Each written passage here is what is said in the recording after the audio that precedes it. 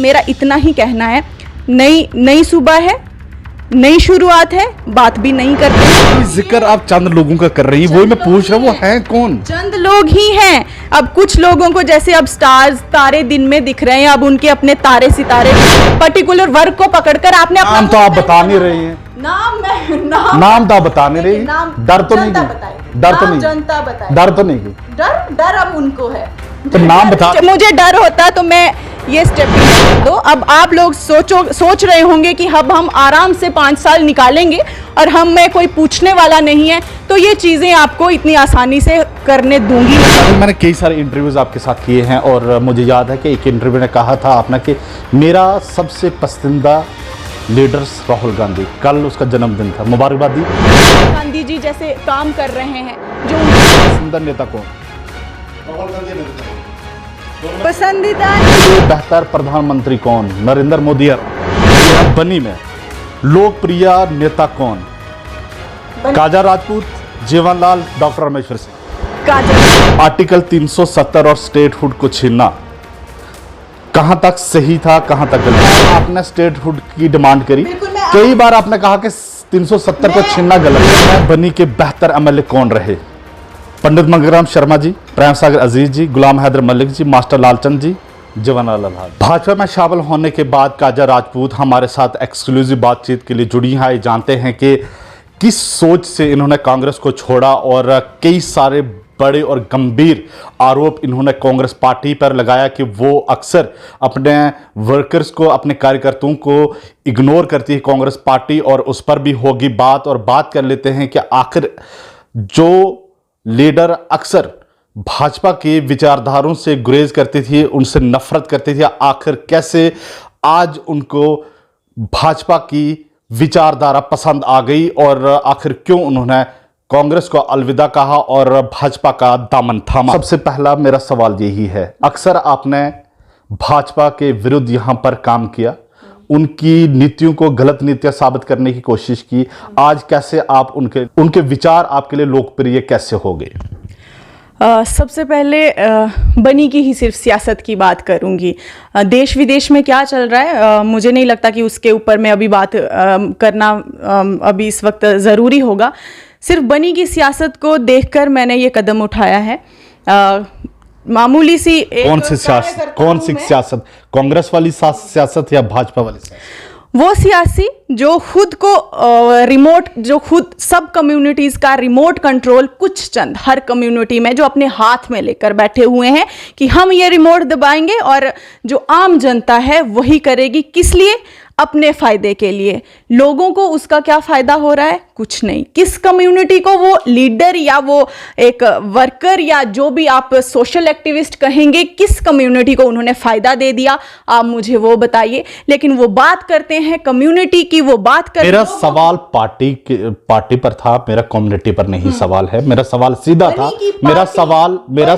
सवाल ले लीजिए। मेरा सवाल सीधा था, जिस काजा राजपूत ने जिस भाजपा की विचारधारा को गलत करने की कोशिश की, उनके विरुद्ध एक्शन लड़ा और आज उनकी विचारधारा कैसे पसंद आ?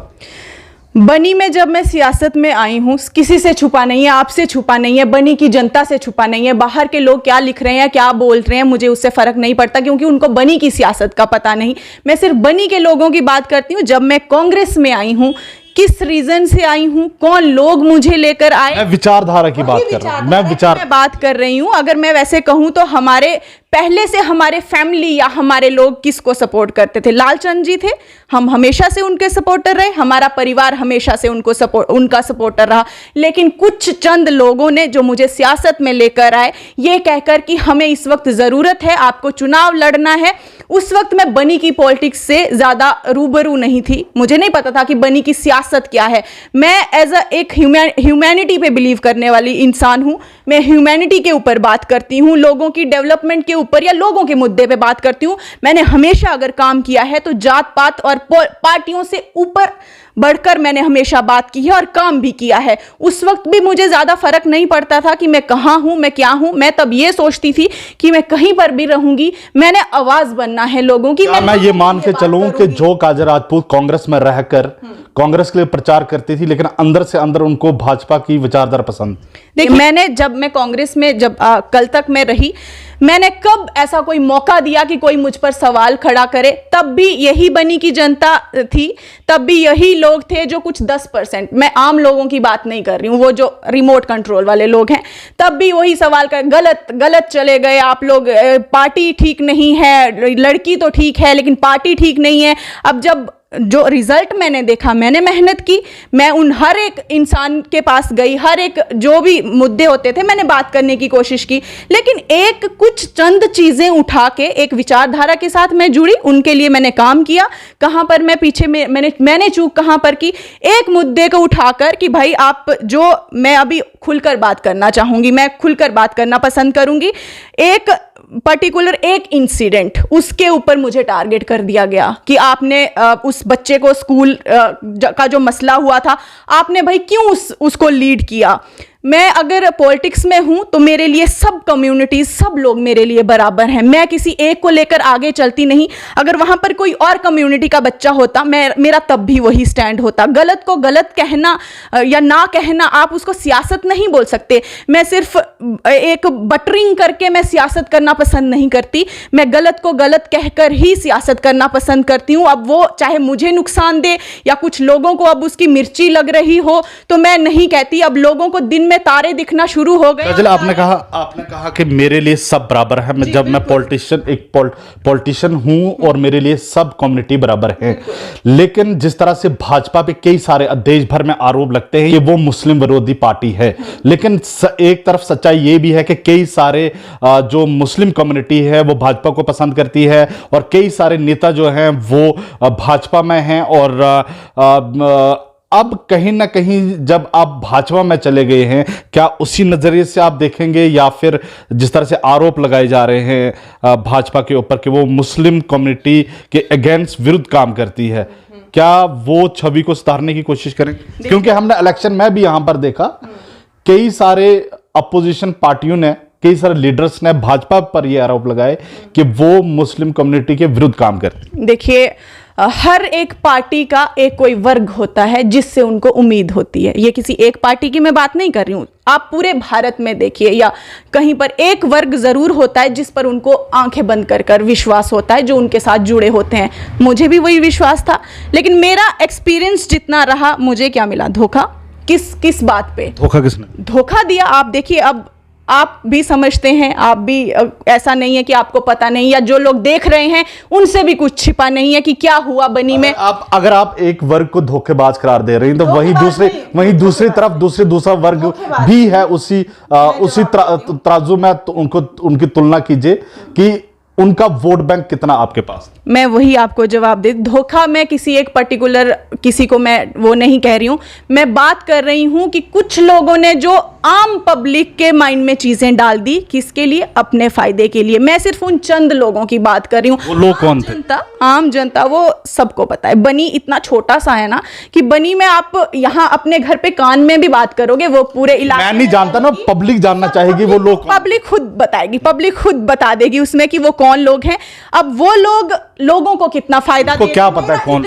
मेरा इतना ही कहना है, नई सुबह है, नई शुरुआत है, बात भी नहीं करते हैं। पुरानी चीजें जो हैं, मैं सबकी बहुत शुक्रगुजार हूं कि मैंने पुराने जितना साल में रही, मैंने बहुत कुछ उन वहां से सीखा। अपने और परायों की मैंने पहचान वहां से की, और आगे अब मैं जिस संगठन के साथ जुड़ी हूं, मुझे उम्मीद ये है, काम करूंगी। जैसे मैंने पहले कहा, अपने धर्म, जाति, पार्टी, पॉलिटिक्स से उठकर मैंने हमेशा काम किया है, और आगे भी मैं वही करूंगी।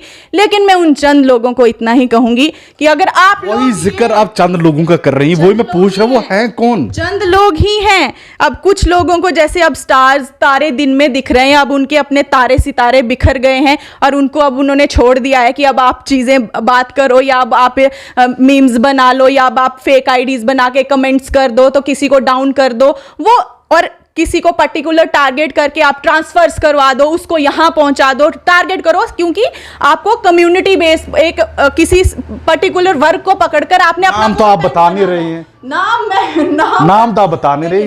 डर तो नहीं की, डर तो नहीं, जनता बताएगी, डर तो नहीं की, डर अब उनको है। तो नाम बता। मुझे डर होता तो मैं ये स्टेप ही नहीं उठाती, मुझे डर नहीं है, इसीलिए मैं गई। अब मैं सिर्फ सीधे सीधे तौर पर बोलना चाहती हूँ, ये जो लूट खसूट जो मुद्दे चलाए हैं, जो चीज़ें चलाई हैं, लोगों को टारगेट करना, किसी की ट्रांसफ़र कर देना, आप कम्युनिटी देख के, वो चीज़ें थोड़ी सी बंद कर दो। अब आप लोग सोच रहे होंगे कि अब हम आराम से 5 साल निकालेंगे और हम में कोई पूछने वाला नहीं है, तो ये चीज़ें आपको इतनी आसानी से करने दूंगी नहीं मैं। और इसको अगर आप चेतावनी समझिए या कुछ भी समझिए, जो लोगों के दिमाग में आप जहर घोल रहे हो, वो नहीं होगा। और ख़ासकर मेरा पार्टी के साथ जुड़ने का एक मोटिव वो भी है, क्योंकि बनी की सियासत जो है अलग रूप ले रही है, कुछ लोग ही उसको अलग रूप दे रहे हैं। उसमें वोटर्स या आम जनता का कुछ लेना देना ही नहीं है, वो सिर्फ अपने बेनिफिट के लिए यूज़ कर रहे हैं। आप उनको बना क्या दिया आपने? उनका बातें की, इंटरनेशनल स्टेडियम देना है, आपने दीजिए, हम चाहते हैं, हम मैच देखने आए वहाँ पर, हम इंतज़ार कर रहे हैं उसका। आप बात करते थे पहाड़ी स्टेटस का, अब बात क्यों नहीं करते? अब आपने सिर्फ क्या मुद्दे पकड़ के रखे हैं?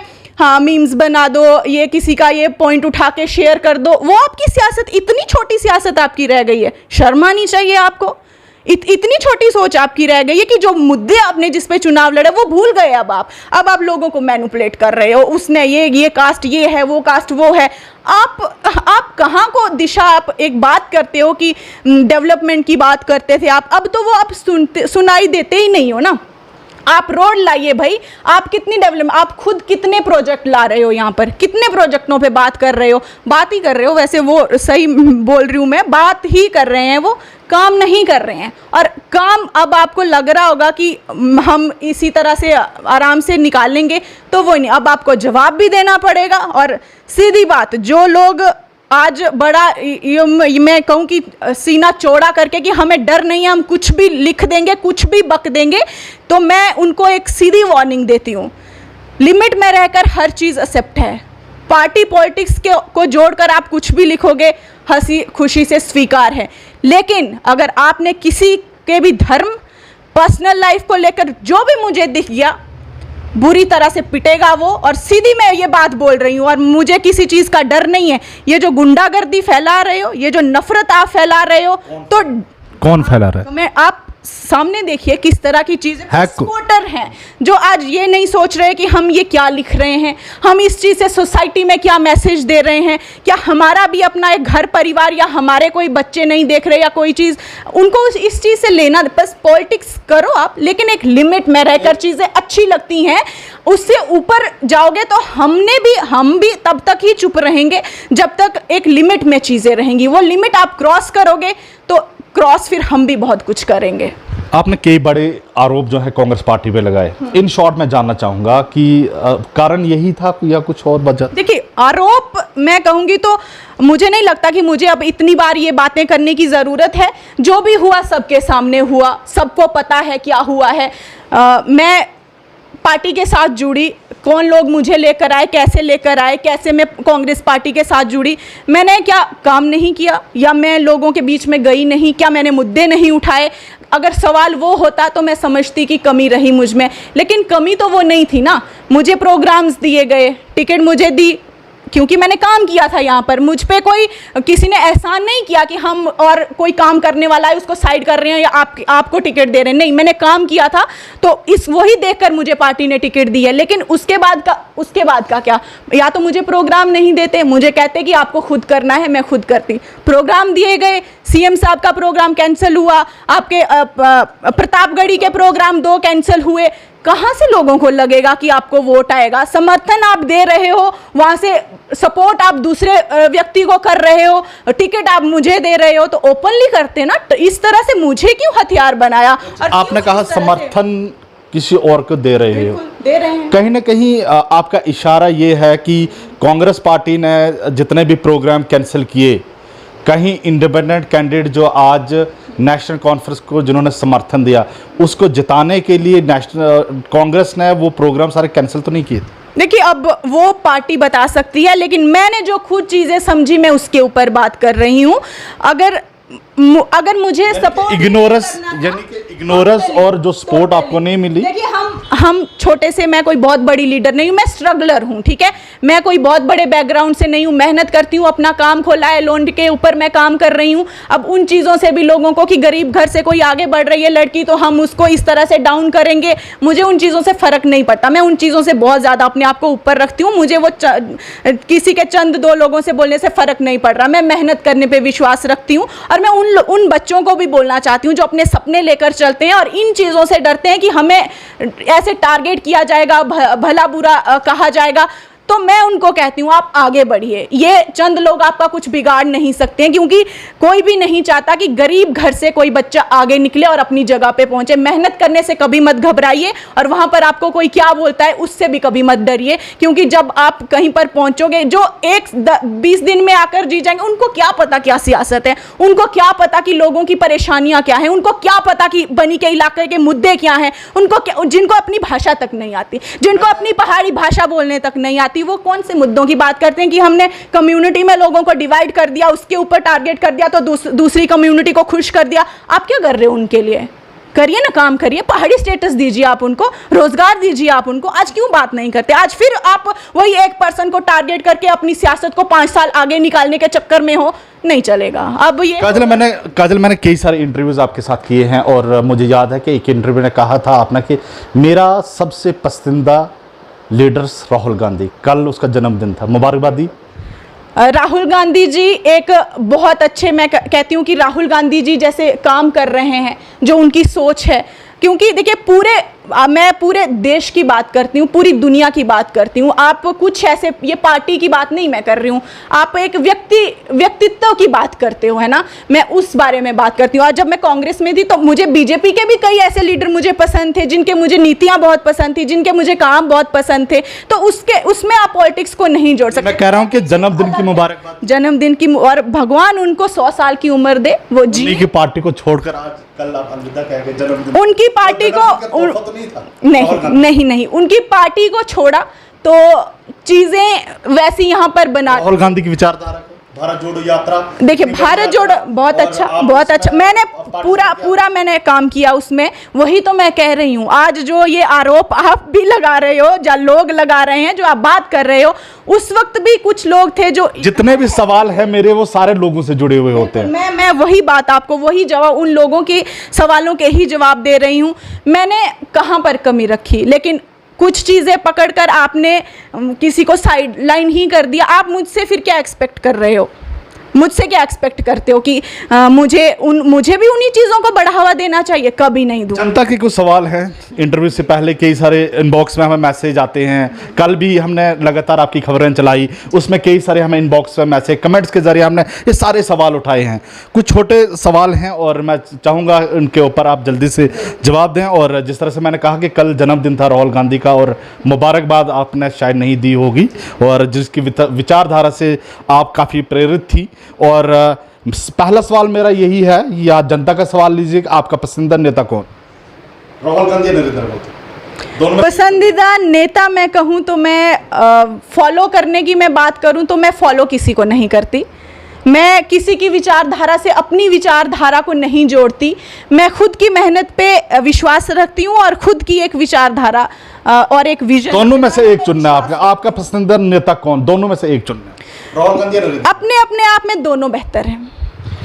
दूसरा सवाल, देश के लिए बेटर प्रधानमंत्री कौन, नरेंद्र मोदी या राहुल गांधी? ये सवाल आपको जनता से करना चाहिए, क्योंकि अगर मैं इसका जवाब दूंगी तो शायद वो सही नहीं होगा। ये जनता जवाब दे भी अपनी राय नहीं, जनता से जब पूछेंगे तो पूछा जाएगा। जनता अपना शायद कमेंट्स बॉक्स में वो अपना वो पसंदीदा प्रधानमंत्री का वो अपने कमेंट्स जो है वो जवाब कमेंट्स में जवाब देंगे। लेकिन आप बताइए कि आपका सबसे देश के लिए बेहतर प्रधानमंत्री कौन, नरेंद्र मोदी या राहुल? इस वक्त जो हैं, जो काम कर रहे हैं, लोगों के चहीते हैं, मनपसंद हैं। अब दूसरे जब बनेंगे तो हम उनका काम देखेंगे और इसका जवाब आपको तब दे देंगे। इस वक्त जो है, जो लोगों की पसंद है, इस वक्त तो वही है। तीसरा सवाल है, वुमेन लीडर कौन करंट वुमेन लीडर इस समय? आपके पसंदीदा लीडर कौन है, नेत्री कौन है? स्मृति ईरानी, प्रियंका गांधी, ममता बनर्जी? अब अपने अपने उसमें सब बेहतर हैं। तीनों में से एक चुनना है। नहीं, तीनों में हम कैसे, वो इतने महान शख्सियत हैं, मैं एक छोटी सी एक कार्यकर्ता हूँ, मैं अपने आप को समझती ही नहीं हूँ कि मैं उसमें उनमें डिफरेंशिएट कर सकूँ। नहीं नहीं, ये मेरे लिए बहुत बड़ा नहीं। मैं हाँ बात कर रहा हूँ कि आपका पसंदीदा कौन है? पसंद, तीनों पसंद है। मैंने तीनों से कुछ ना कुछ चीजें सीखी हैं, तीनों से। वर्तमान में देश के बेहतर प्रधानमंत्री कौन, जिन्होंने देश के लिए अहम किरदार निभाया, और कौन आप समझते हैं कि जनसेवक, बेहतर जनसेवक कौन है? इंदिरा गांधी, मनमोहन सिंह, अटल बिहारी वाजपेयी? जब तीनों के पास, या आपने जितने भी प्रधानमंत्री, माननीय प्रधानमंत्रियों के आपने नाम लिए हैं, अपने अपने कार्यकाल में सबने एक ऐसी भूमिका निभाई है जिनके बारे में हम सोच भी नहीं सकते। जो आप, हर किसी इंसान का कुछ ना कुछ अलग सोच होती है, वो उसके हिसाब से काम करता है। और मुझे नहीं लगता कि पॉलिटिक्स में आपको इस तरह से कंपैरिजन करना चाहिए, या क्योंकि जब कोई बनता है ना, चाहे वो प्रधानमंत्री, आपकी नजरे में बेहतर कौन है वो बताइए। अपने अपने आप में सभी बेहतर हैं, क्योंकि हमें सबसे कुछ ना कुछ सीखने को मिल रहा है। हम अभी भीड़ में, स्ट्रगल में हैं, हम तो उस वहां तक अभी पहुंचने का हमारा, तो मैं कहती हूँ कि जिंदगी निकलेगी। अगला सवाल थोड़ा अलग है, चलिए अगला सवाल थोड़ा अलग है। अगला सवाल है कि आर्टिकल 370 और स्टेटहुड को छीनना कहां तक सही था, कहां तक गलत था? हाँ और ना में जवाब। हाँ और ना में मैं जवाब कोई नहीं दूंगी।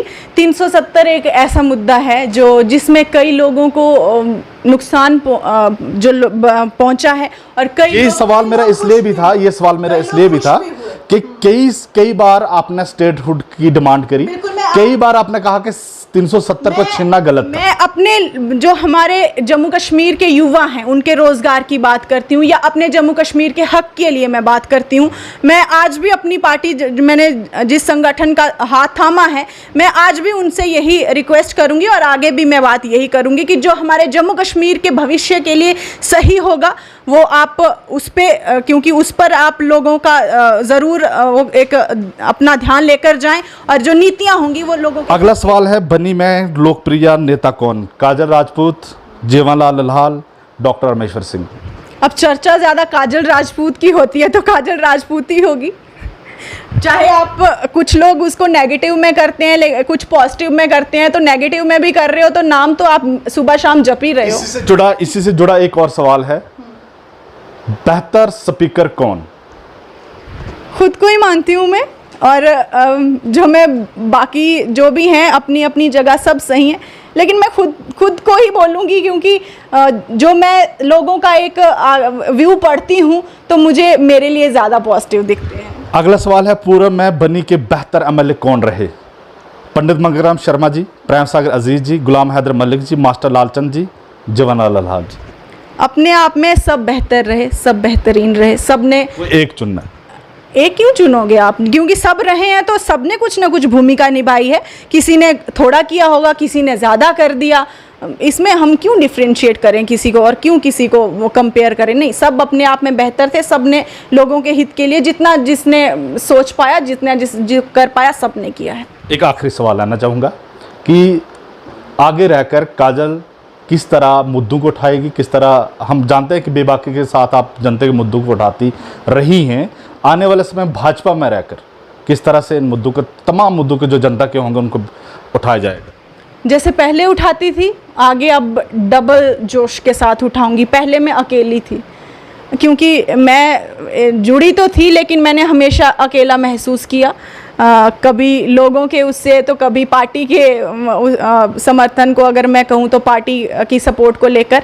लेकिन अब मुझे लगता है कि मेरे साथ बहुत बड़ा एक, मैं कहूँगी कि एक बहुत बड़ी टीम जो है मेरे साथ है, जिनके साथ मिलकर मैं अपने बनी के लोगों के लिए, बनी के युवाओं के लिए, महिलाओं के लिए, बनी की डेवलपमेंट के लिए जितना संघर्ष हो सकेगा मैं करूँगी। आपने कहा कि मेरे साथ अब बहुत बड़ा संगठन है। हमने बनी अपडेट ने एक एनालिसिस रिपोर्ट तैयार की, विश्लेषण किया था, और उसमें पाया गया था एक रीज़न ये भी है कि जो काजल राजपूत हैं वो इसीलिए पार्टी को छोड़ रही हैं क्योंकि उनके पास यहाँ पर टीम नहीं थी, वो जनता के मुद्दों को उठा नहीं पाती थी, कहीं पे प्रोटेस्ट करना था वहाँ पर उनके पास कार्यकर्ता नहीं थे। एक पॉलिटिकल कैरियर कहीं ना कहीं कांग्रेस में रहकर उनका ख़त्म हो रहा था और इसलिए उन्होंने पार्टी छोड़ी। देखिए, आप टीम की बात करोगे तो जब मैंने पार्टी ज्वाइन की थी मेरे पास एक भी इंसान नहीं था यहाँ पर जो मुझे पार्टी ने उस वक्त पार्टी की तरफ से मुझे मिला, जो कुछ अपना फ़ायदा लेकर मेरे साथ जुड़े थे। जब उनको नहीं मिला तो उन्होंने साथ छोड़ दिया, लेकिन मैंने संघर्ष जारी रखा। अगर मैंने वही सोच उस वक्त रखी कि ठीक है, अगर इन्होंने मुझे लाकर एक जगह खड़ा कर दिया तो मैं अब मुझे वो चीज़ नहीं मिली तो मैं अब अपने फ़ायदे के लिए गायब हो जाऊँ या लोगों के मुद्दे ना उठाऊँ, तो मैंने वो चीज़ को, मैंने लोगों की तकलीफ़ें समझी और मैंने लोगों के साथ जुड़े रहना ही बेहतर समझा, चाहे मेरे हाथ में कुछ था या नहीं था, क्योंकि मैं बहुत छोटी सी एक कार्यकर्ता हूँ, मेरे हाथ में कुछ है नहीं है ना, वो जनता का विश्वास है। लेकिन मैंने हमेशा से यही चीज़ बनी में देखी है कि जनता को बहुत छला जाता है बनी में, है ना।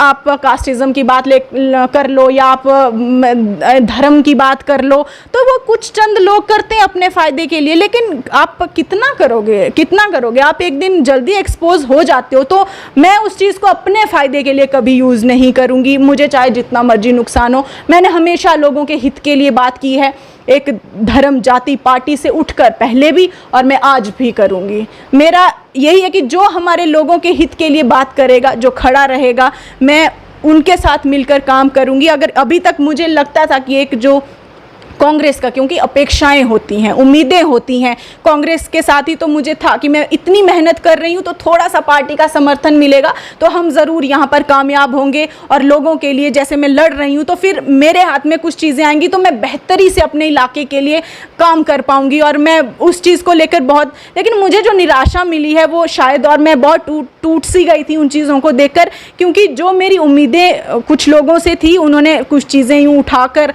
एक साइड लाइन कर दिया और जो एक गंदी सियासत कुछ लोगों ने अपने फ़ायदे के लिए करी। तो मैं यही कहती हूँ कि लोगों को जोड़ने में विश्वास रखिए, लोगों में विश्वास बनाइए, ना कि अपने फ़ायदे के लिए आप लोगों को तोड़ दीजिए, लोगों को यूँ डिवाइड कर दीजिए। वो आपका फ़ायदा तो हो सकता है लेकिन आपको भी कहीं जवाब देना है। लोगों के साथ खिलवाड़ मत करिए और होने नहीं दूंगी। अब अगर जो लोग सोच रहे हैं कि हम आराम से, हमें कोई पूछने वाला नहीं है, तो थोड़ा सा कदम सोच समझ के निकालना, क्योंकि आपको जवाब देना पड़ेगा। अगर आप ये एक चेतावनी भी ही समझिए आप, कि आप लोगों को भड़काओगे कि इसको उठाकर वहाँ फेंक दिया, उसको उठाकर वहाँ फेंक दिया, तो ये मैं होने नहीं दूंगी। काजल राजपूत की दहाड़, बिल्कुल दहाड़ पहले भी थी और आज भी है, चाहे मैं कहीं भी रहूँगी, लोगों के साथ जहाँ गलत होगा आपको वहाँ पे जवाब देना पड़ेगा। और जो लोग अपनी लिमिट क्रॉस करके चीज़ें आगे की हम क्या हैं, अब तो हम कहीं पता नहीं कौन से वो बन गए हैं, तो आपको चीज़ें थोड़ी सोच समझ कर ही आप सोशल मीडिया पे भी स्प्रेड करें या फैलाएं,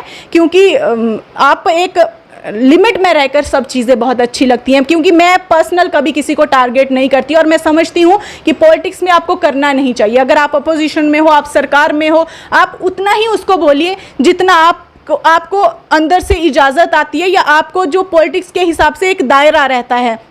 आप पर्सनल टारगेट करके किसी को यूँ बदनाम करने की कोशिश करोगे तो वो उससे मैं डरती नहीं हूँ, क्योंकि मुझ में डर होता तो मैं कभी इस फील्ड को चुनती ही नहीं। तो सोच समझ के जो भी लिख रहे हैं तो आपको जवाब देना पड़ेगा उसका। आपने कहा कि मैं संघर्ष करती रहूँगी और कहते हैं कि मंजिलें उन्हीं को हासिल होती हैं जो लाइफ में संघर्ष करते हैं। आपको बेस्ट विशेष हमारी तरफ से।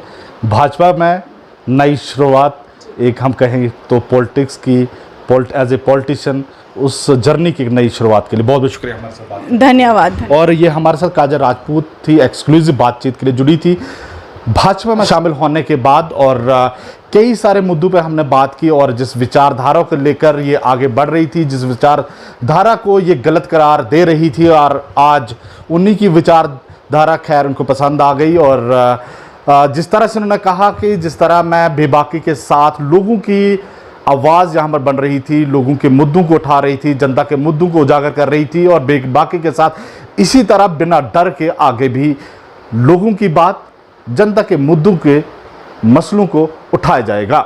बने अपडेट के लिए मैं हाफिज कुरैशी। क्या आप घर में अपनी टूटी फूटी टाइल्स और मार्बल से है परेशान? घबराने की अब आपको कोई जरूरत नहीं। रणबीर सिंह मार्बल बसोहली आपके घर पहुंचा कर दे रहा है टाइल्स और मार्बल, वह भी लाइफ टाइम वारंटी के साथ। घर हो या फिर ऑफिस, जब भी लगानी हो आपको मार्बल या टाइल्स, संपर्क करें रणवीर सिंह मार्बल टाइल्स के साथ। हमारा पता है रणवीर सिंह मार्बल पोंडा और न्यू रणवीर सिंह मार्बल बसोहली।